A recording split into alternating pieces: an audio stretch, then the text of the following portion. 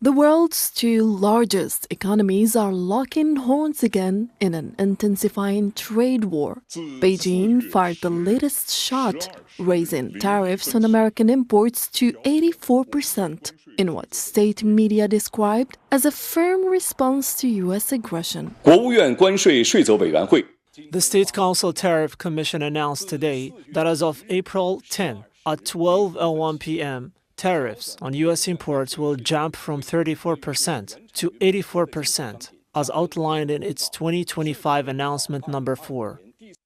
Hours later, President Donald Trump hit back in a surprise announcement raising tariffs on Chinese goods to a staggering 125%.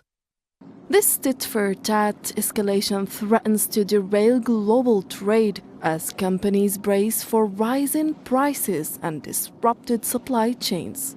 Europe has voiced deep concern over the fallout, urging restraint and warning of a ripple effect that could harm global markets and fragile recoveries.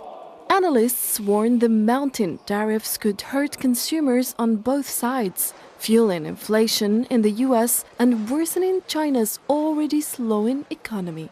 Tariffs' impact is already being felt across markets, supply chains, and households around the world. However, Trump has abruptly backed down on taxes, granting a 90-day pause for most countries except for China. I did a 90-day pause for the people that didn't retaliate, because I told them if you retaliate, we're going to double it.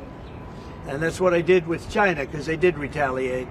So we'll see how it all works out. I think it's going to work out amazing. I think that our country is going to be at the end of a year or shorter, but I think we're going to have something that nobody would have dreamt possible. A man like Roger Penske, I don't want to get him in trouble with China, so I won't, but he would know that someday you have to cut the bow and you have to do what you have to do, right, Roger? As global tensions rise, the trade war between Washington and Beijing is no longer just a policy dispute. It's a full-blown economic confrontation. So, if you look at that,